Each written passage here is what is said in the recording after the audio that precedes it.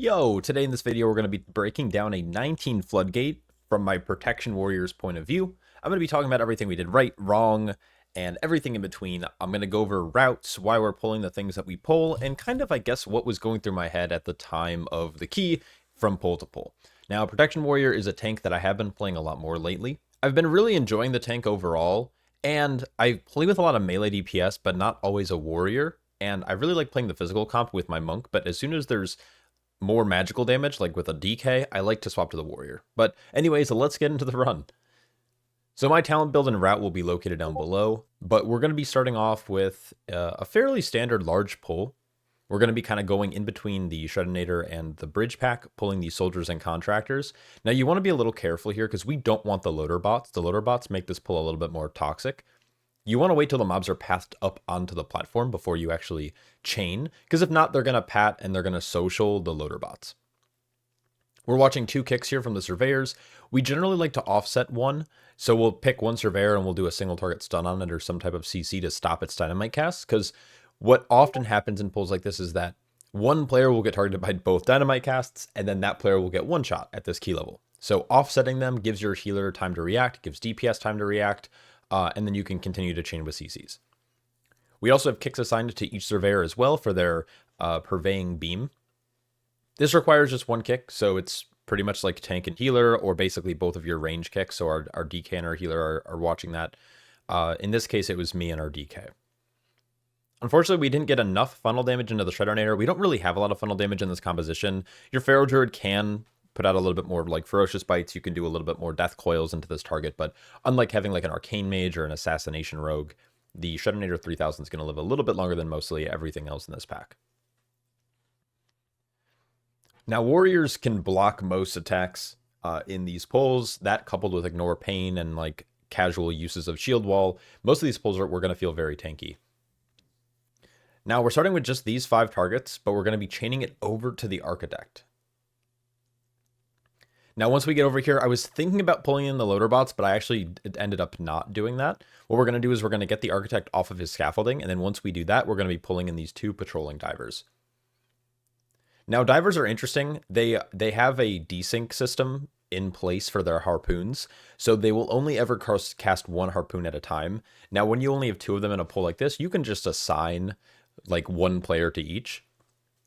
But if you end up pulling like 6 divers later on, which is pretty common in most routes, you can assign people, but honestly, you just should go down the list in like a kick order. But our DK is watching the surveyor, and me and our rogue are watching the harpoons. Next, once the architect gets low and once the first surveyor dies, we're going to pull in the second surveyor with the last 2 contractors here. Now, windups, when you're playing in a full melee composition like this, can be very deadly if you're not paying attention or moving the same direction. So we have assigned CC for this. First, it's Shockwave. Second, it's going to be the static charge totem or the end cap totem from our shaman. So there's the second set of windups, and now my Shockwave is going to be back off of CD for the last set of windups if we need to. I believe we end up killing one of the litter bots pretty quickly here, actually, before that cast. Now, we do need to be a little careful of this red circle. We are doing a route that is actually going to the Demolition Duo first. And so we're going to be heading over to the next pack here. Now, this has normally been a pull that I don't like to do on my Brewmaster Monk because it's a lot of damage, but my warrior, again, feels extremely tanky. Once the scaffolding dies, the architect is free to move, and he doesn't cast Nail Gun as frequently, so you can actually run with him. Now, you do need to be a little careful because some players will get rooted on the run over. But again, we're going to try to offset one of the surveyors. So I'm going to land a Stormbolt on the orange one. And this is also going to be my set focus for kicks. Now, these architect spawns are at random. They are always in the same pack, but where they're positioned kind of changes. And unfortunately, this architect and his scaffolding were really close to the edge. So we got a couple bomb crabs coming in here. It's not a big deal. If I was on like my Brewmaster Monk, it would be, because these pinches plus their melee attacks really, really hurt. Shield Block and Ignore Pain are kind of OP though, and we're going to end up pulling in 2 more crabs a little bit later. We like to stagger these out because what it does is it basically will allow us to stagger out their bursting debuff, what happens when they die. And they're going to be pretty healthy for the architects, so the architects will be healthy throughout most of the pull. mostly due to their scaffolding and their larger health pool. So pulling in crabs a little bit late means that we're always going to have some type of multiple like target cleave that we can hit, which will benefit some people, like our DK and our Feral Druid. Now this pull does take a little bit of time. We have a couple of crabs still popping off here. Now one thing that's interesting about the scaffolding, when the architects are about to cast it, they will always scaffold where the tank is standing. So if I happen to heroic leap like up the stairs, for example, they would scaffold up at the top of the stairs. They would like teleport to the tank basically. So you can actually plan movement with architects pretty easily. Now here we're going to be doing a fairly large pull, trying to get everything onto the blue marker that I put down. The blue marker is mostly for death grips. Unfortunately, double dynamite on our DK caused some problems. Plus this one contractor is kind of like standing out, so I'm trying to get thread on it. And now everything's grouped, we're kind of chilling. So luckily, we were able to offsite the dynamites by using Death Grip. Going forward, we just want to like try to land single target stuns if we can. If we ever do AoE stop, we just want to make sure dynamites aren't targeting the same player. These saw blades are also really forgiving. I see a lot of people freak out and they lose a lot of damage in these pulls, but it's pretty easy to stand right next to these saw blades and not take any damage. You just have to really focus on it, and it does take some practice. And this pull is going to be pretty chill. Now, the problem with this pull is that it ends up going pretty quickly to like 2-target cleave because these Shreddinators have so much health. Everything else ended up dying here, except the Shreddinators are both at like 30%. Now, one thing we've talked about is we've talked about pulling this onto boss, which is possible. The boss is a little scary though. Like if like a quick shot overlaps with like someone getting ticked by one Shreddinator or getting ticked by a flamethrower cast, it can be kind of problematic. But being at the 6.5 minute mark is really good. This is actually like perfect pacing. Obviously, if it's a clean run. Now, this fight has a lot of issues when playing full melee. When you're playing full melee, you're going to often cleave them down very evenly, but you lose crazy amount of uptime on Bront when he charges out.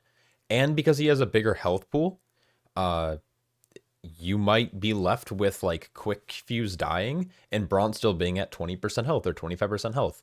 Some tanks are very good at handling consecutive wallops during the enrage. Some tanks not so much. Luckily, Warrior and Brewmaster Monk, the two tanks that I play, are pretty okay at it. But things like Demon Hunter, things like Prop Paladin, I've noticed struggle a little bit more. So later on in the fight, we are going to make a decision to keep Bront actually away from quick fuse so we don't cleave them. And while it is an arguably a small a DPS loss, wiping is a bigger DPS loss, so we don't want to do that. Now the name of the game with the dispels is dispel the first one immediately. It doesn't matter if you're near a bomb. You should be able to clear all of the bombs with the 3 charges. You can make like a Z shape like we just did here. You can just have it kind of go back and forth across the room. However, it really depends on how the bombs spawn. And then you use the last dispel to clear up any leftover bombs if there are any.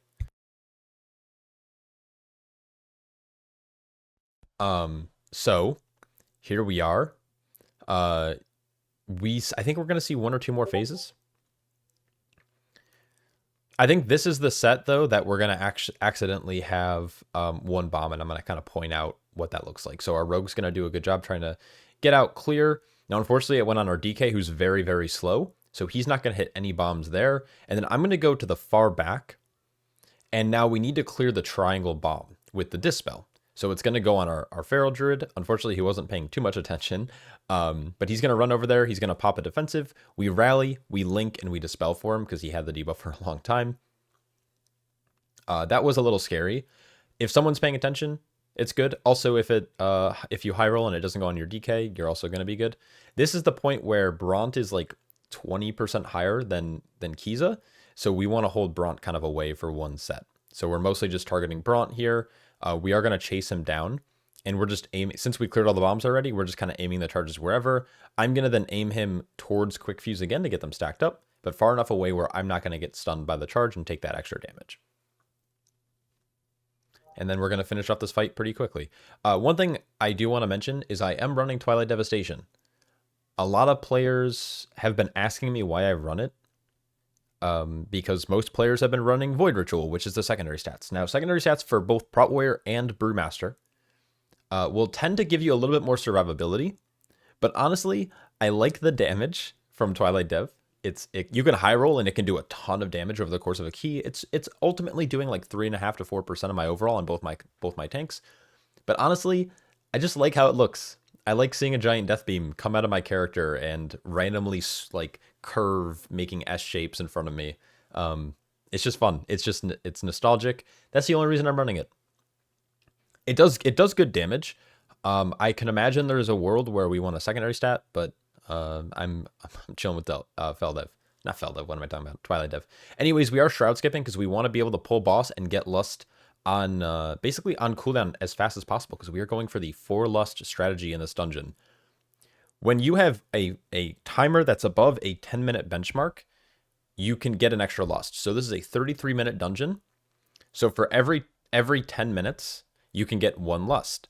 So basically, because we're over that 30-minute mark, we're able to get 4 lusts in this dungeon. So lusting on cooldown is kind of the name of the game, so we can have it for Geezle, the last boss. So getting to Big Mama right when lust came up was really good. Now we are holding just a little bit for the first burn. It's going to line up with our Feral Druid's CDs, which will be pretty good. Rogue doesn't have a lot of CDs, and unfortunately our DK sent on pull, but he didn't want to sit on CDs either. So we found ourselves in kind of a weird spot with lust this time around. But we are going to send lust now. This will help finish off the Mechatrons pretty quickly. Now we're doing a strategy for this boss that was... I feel like it was first shown off publicly in the MDI by the Physical God comp, which included like Squish Vegan and Banchers. They do this interesting strategy where they pull the boss into like these corners, and these corners allow you to keep the Mechadrones really, really nice and stacked. Now, this is very beneficial for melee comps, because when you have mobs that are kind of flying far away, like 20, 30, 40 yards, you lose so much uptime. Therefore, you are in a kiloblock barrier for much longer, which causes problems in and of itself. Your healer's going to run dry quicker, your DPS are going to take more damage, your tank's going to take more damage. But by pulling them into these corners, the Mechadrones don't fly that far, as you can see. Some of them only fly 1 pixel. Sometimes they don't even fly because they don't have a path available. Like here, you're going to see the 1 swirl. Now, it is a little goofy tanking in the corner like this, but we're going to make it work. Now, as for defensives, you can spell block the Tank Buster, which is super nice. So basically, I treat each phase as like a cycle. And so in the first cycle, I'm going to use spell block and a shield wall charge. And then in this cycle, I'm going to sit on spell block. I'm going to refrain from using it, even though I dipped really, really low there. It was a late shield wall. I used it after the fact. And then in the third set, we're going to use spell block again, which should carry the majority of the phase, or at least 2 tank busters. And then the boss should be dead, but in like the 4th cycle. So here's the second burn coming out. Unfortunately, this burn, we didn't have any cooldowns for. We don't have Convoke or Berserk, and we don't have Unholy CDs. We do have A-Bomb going, but as you can see, this burn, we only did like 10%. So not a big burn here. Our first burn was way bigger. So after this corner, we're then going to move over to the X corner now, kind of in between the 2 little staircases. So I'm kind of waiting a second to bait some of the mobs, or these Mechadrones into the corner. Once they're in this corner, this is free. Now, unfortunately, our DK died to standing in the Mechadrone's swirls there. Not a big deal. And then we are kind of sending the Sonic Boom out towards the center of the room where the boss basically spawns. Now, you'll see sometimes these Doomstorms happen. Like Purple just did it there. It's spamming Doomstorm, but it's not actually putting swirls on the ground. That's kind of the benefit of doing this strategy as well. They stay nice and close, which is really, really good. So keeping everything stacked like this, once again, like allows our melee composition just to have like just insane uptime on all of the ads, and they're going to die pretty close to that kiloblock barrier. So it's coming out right now, but all the mobs are like sub 10%, sub 15%, which is a lot better than having like one still be at like 30% health. And so unfortunately, the last Sonic Boom is going to come out. This is an unfortunate queuing because the kiloblock barrier still stays and the burn doesn't happen yet. So you just actually are taking extra damage for no reason. It's like one of my only complaints about this fight. And now this burn, we're looking to get like sub 10%, which we get here. We get to 9%, give or take. And then we are now at this point, we're going to tunnel. Our Shaman's still looking very healthy on mana. I have a couple defensives rolling. I have my Trinket that just came up, my Ringing Ritual Mud. I have one charge of shield charge available, or shield wall, and I have one coming up. I still have last stand, I have spell reflect, so I'm feeling pretty good. This is the scariest point in the dungeon, though, for a protection warrior. And at this point, we're looking good. So the way that we do this is we feel like we're pretty good on CDs. This is going to be a big spell reflect here. Spell reflect is huge on this this blood warper. It basically allows you to skip one warp blood cycle, which is really nice. Now, when we get to this point in the dungeon, we look at our healer CDs, and if our healer does not have CDs, we do a cooldown recovery pull. If he does have CDs, we go into this pull. And because he had Tide, I have Rally, we have AMZ, and we have Spell Reflect on myself, we're going to be feeling very good. So what we're doing is we're coordinating kicks here. I'm basically saying, kick, kick, kick, and then I'm going to Spell Reflect, and we're good. Spell Reflect's going to do some pretty big damage. This pack can be scary because of the soldier's application of their debuff, Black Blood. Healer can dispel this, but sometimes the healer is focused on healing people. So if that's the case, try to be a little bit more aggressive with your CDs here. And then the next couple of pulls almost like don't require cooldowns at all. So now we're going to be doing a large pull with an inspector, a couple soldiers, and this demolitionist. And we're going to have basically our DK is going to sit on the demolitionist to prevent him from casting RPG. He's going to be able to like death grip and stun and blinding sleet and do all this fun stuff. And we are just watching kicks on the snipers for the trick shots. And we should be good. I really like this route or this pull style in particular because it lets your healer and your DPS kind of recover their CDs for those blood warpers. Now, a lot of groups tend to skip one if not both of the blood warpers if they can. They have a lot of health. They are worth a good bit of percent, but they're very, very dangerous for your group. I know that most groups try to avoid pulling them. So I don't think we'll try to pull them in a 20, but unfortunately, CL is not in this queue with us, and he is typically the rogue for us that will activate that box without pulling the blood warper. And because none of us had practiced doing it, we were like, fuck it, let's just pull the blood warper and we will call it a day.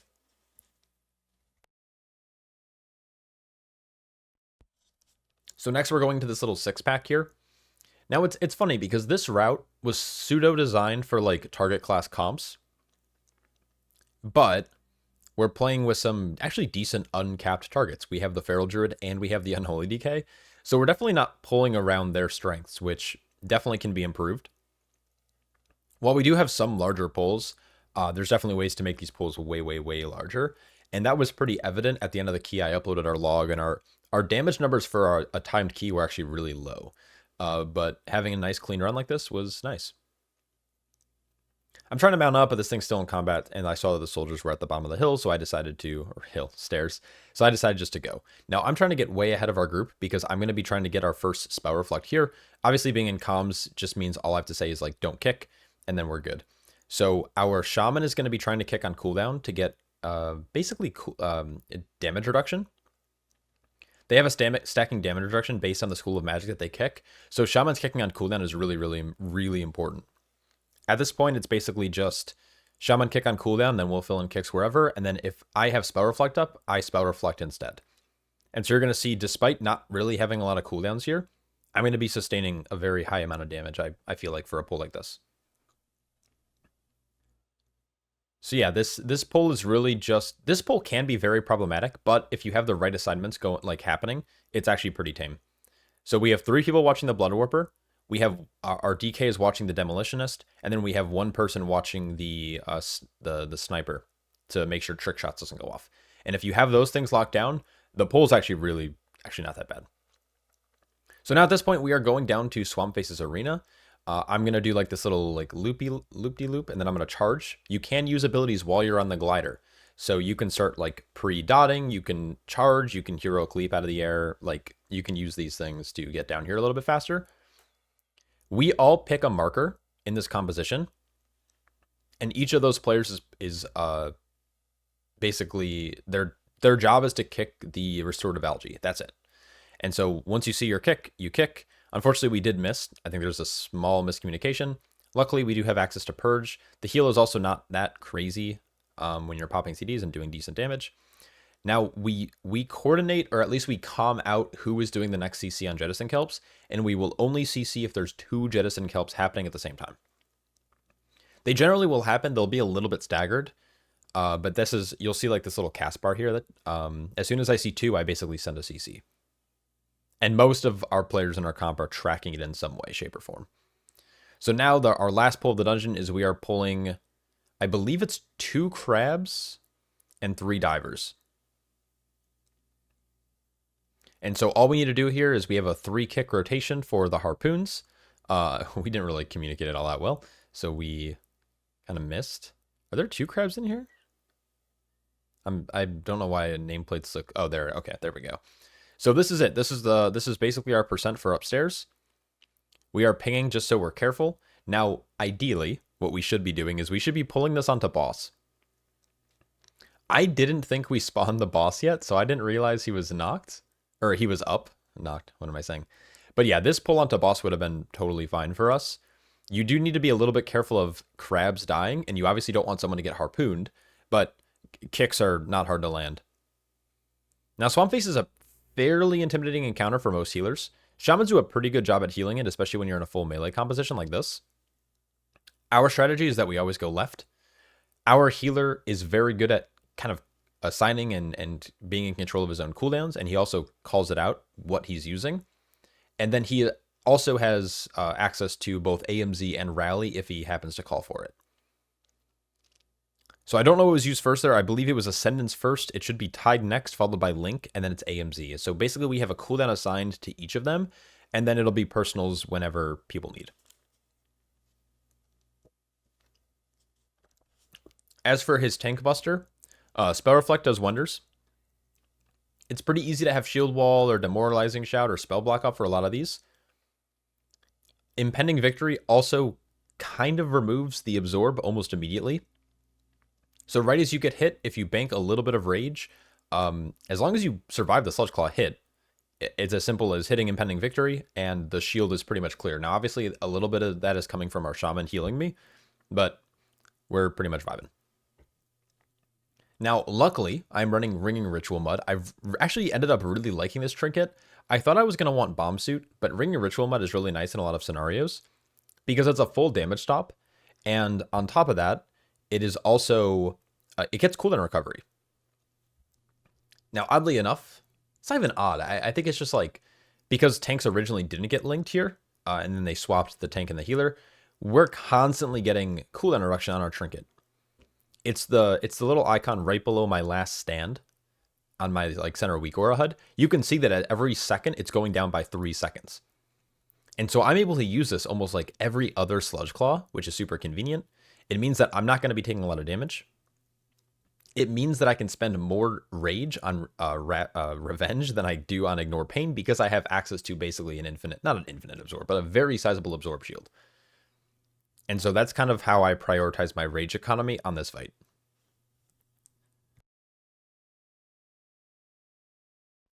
And by the way, I forgot to mention this, but I did do this live on stream yesterday. I'm still a little sick, I think. It's like the last little remnants of being sick. But I'm feeling a lot better now, so I'm trying to get back into streaming again, and of course getting back into YouTubes and commentaries. It's been really difficult the last couple of weeks because it's been hard to talk for 40 minutes or 30 minutes or whatever without like going into a coughing fit or anything like that. So just want to say I appreciate you guys who watch and enjoy this content because I really like making it, and I love running keys and talking about it.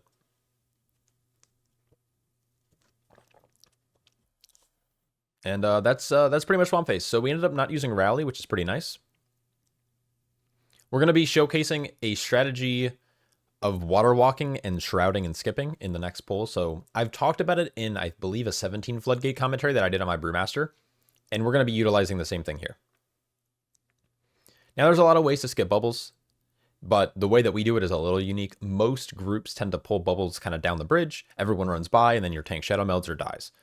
Now, in this way, our shaman's applying water walking to everyone, and then we are walking forward to spawn bubbles, and then we are shrouding with Wind Rush underneath the bridge. And then once we're at about this point, we get Stampeding Roar. I'm getting ready to kind of like get my set focus targets set up, and then once we're all on the stairs, we go into a pull. Now, I believe something happened here that was like goofy. So I get kick. We're kind of in a weird position because I thought our shaman was going to get the far kick. He ended up like missing or juking or like kicking the wrong target, which is all good. But basically, we're just handling this pack by itself, and then we're going to let the patrol on the bridge patrol into us, and then we're going to get like a range kick or a grip on the electrician, and then this pull becomes a little bit more dangerous because there's 2 casters now, but as soon as orange dies, the pull is going to be extremely tame. Now we're doing our best to try to see any awkward frontals, and if there is a frontal that looks dangerous, we're going to stun it. Luckily, M.O.M.M.A is doing wonders, though. As soon as the mob runs out, it gets gripped back in immediately, which is super convenient. And this pack's going to go down. Now, the jump starters, luckily, Protection Warrior is very tanky against these guys. Spell Block is amazing against their Spark Slimes, but so is Spell Reflect. Spell Reflect can negate a lot of the damage from one of the hits. Of course, Ignore Pain, Shield Wall. I'm still sitting on 2 charges and Last Stand. I think Last Stand is something that I didn't use all that much this dungeon, but definitely worth utilizing at more points, especially on like Big Mama and Swampface. 91.28 is the magic number, so we are going to be good after this next pull, and we're going to skip the last big Spark Slammy dudes. I don't know what they're called. Now, here was awkward. I was trying to tab target, but it wasn't letting me. So I had like an awkward charge there. This pull is essentially what we just did. So it's 2 back-to-back pulls that are very similar. The electricians, obviously, we want to stop as many lightning bolts as possible. Our healer is going to be focused on dispelling our DPS players. While there are 2 soldiers in this pull, or 1 soldier, the debuff Black Blood applied to the tank does not matter. What does matter is a DPS getting stunned and then getting killed by some of these swirls. If that happens, this pull is going to take a lot longer and it's going to go downhill really quick. If your tank can't live through like a couple Black Blood stacks, then that tank should not be tanking. So yeah, we're just locking out. Once the electricians die, the healer's more than welcome to dispel. I actually don't even know if you can Spell Reflect the Black Blood, but I'm generally using Spell Reflect to mitigate the Jumpstarter's damage. I don't even think I hit this pull, if I'm being honest, though, now that I'm looking at it. Oh, you know what? I think I was pooling because I know that this next, kind of getting this next little pull setup is a little obnoxious and can be lethal. So I'm removing my heals just so my healer doesn't get in combat. I'm making sure everything's good. And then I'm going to be pulling these jump starters into this corner here. My group is now going to run by. Now they do need to be careful because this AoE pulsing damage still hits them. I'm now going to leap and then I'm going to meld.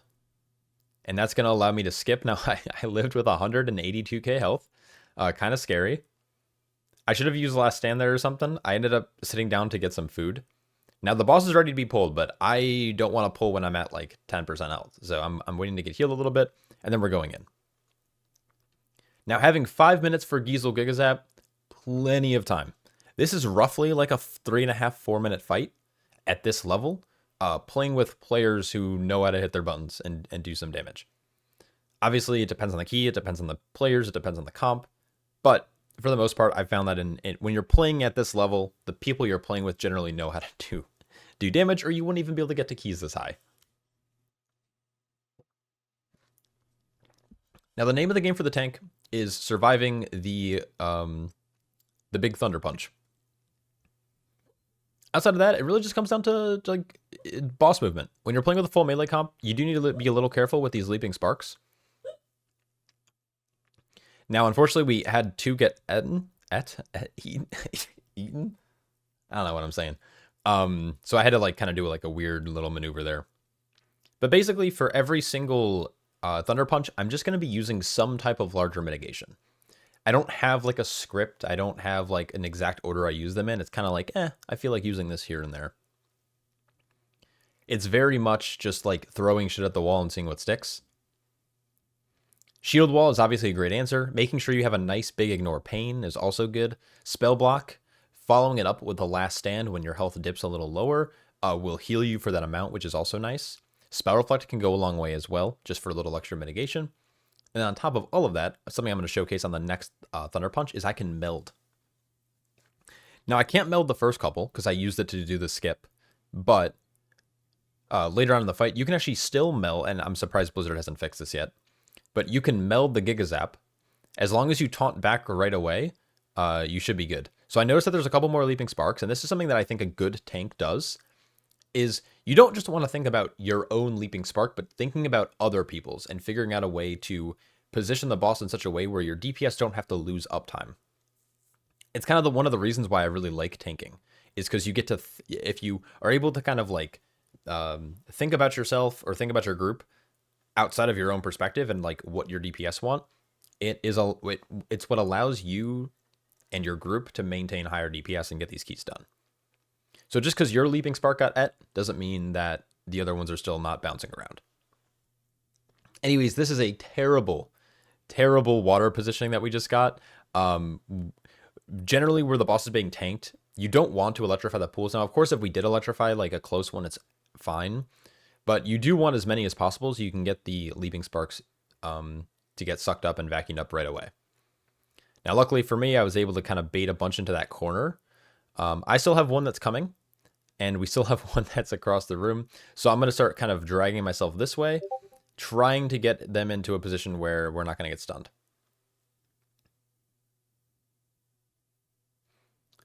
So yeah, we're looking good.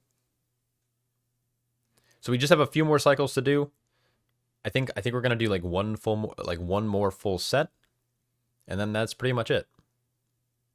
So yeah, this fight is not super toxic. Now I don't know how long we can go. Like as you can see, our shaman, his mana is sitting around that 20% mark, which is not